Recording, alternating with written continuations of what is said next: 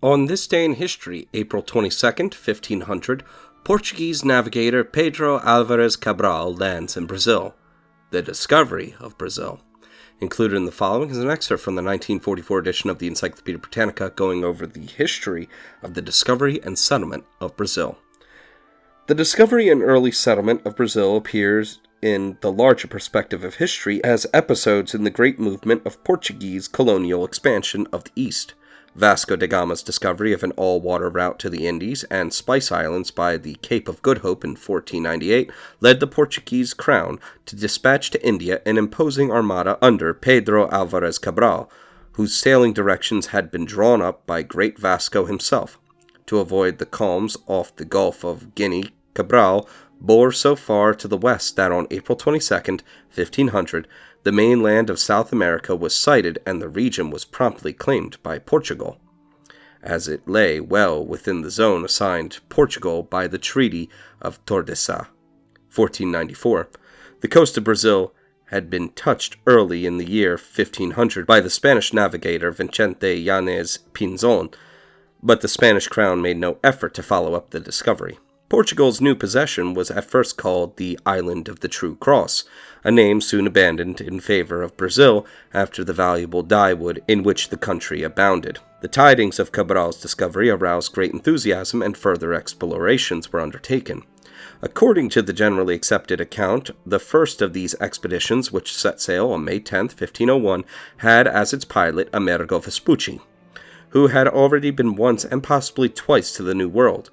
As the little fleet sailed along the coast of Brazil, whose immense extent was for the first time realized, Vespucci, calendar in hand, baptized the different points on the coast with the names of the saints on those days they were discovered. A majority of these names, ergo Cape São Agostinho, São Francisco River, have remained to the present day. It is probable that the spacious bay of Guanabara was entered on January 1st, 1502, and named Rio de Janeiro. For over a quarter of a century following Vespucci's voyage, interest in Brazil all but ceased. No precious metals were discovered, and the energies of the Portuguese were increasingly absorbed by the establishment of a great empire in the East. Portugal's enemies and rivals, especially the French, were quick to take advantage of this neglect. Swift corsairs from Honfleur and Dieppe loaded their ships with the valuable Brazil wood and even attacked Portuguese vessels returning from the Indies.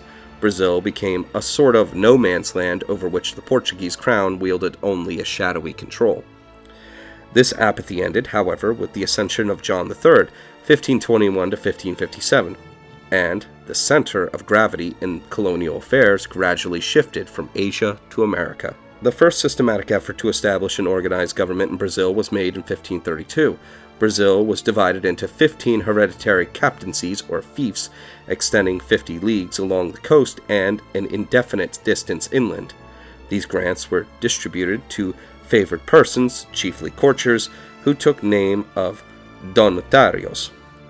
Their rights and privileges were extensive. They were authorized to found cities, issue land grants, levy internal taxes, and appoint municipal officers.